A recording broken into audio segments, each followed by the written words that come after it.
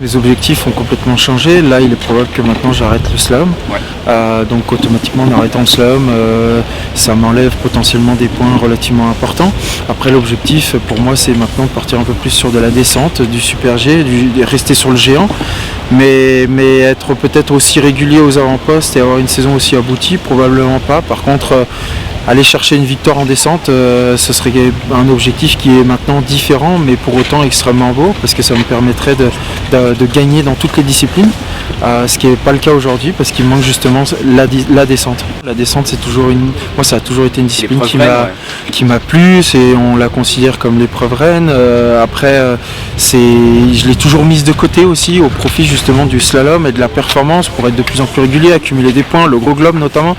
Et là, maintenant que tout ça est un peu plus derrière moi, la motivation, elle est un peu différente, elle a évolué, et j'aimerais consacrer un peu plus de temps pour la descente, surtout pour la fin de ma carrière.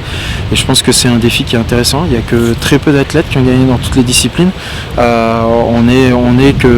n'y a que 4 athlètes chez les hommes, ce qui prouve à quel point le défi il est relevé. Et quand on connaît les 4 athlètes, généralement ils sont extrêmement connus, comme un Body Miller, comme un Gérard Dely. Voilà, c'est des grands noms du ski, et ce qui prouve aussi que c'est relativement difficile. Et dans le nouvel ère, ça se fait de moins en moins.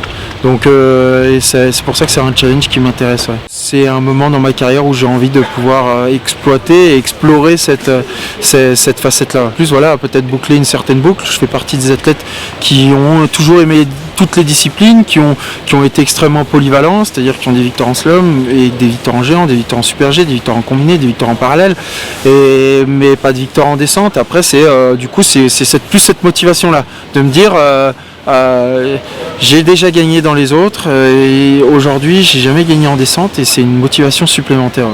Après, 32 ans, si on compare aussi à un bon nombre d'athlètes, je peux potentiellement faire encore à peu près 5 années si on parle de moi.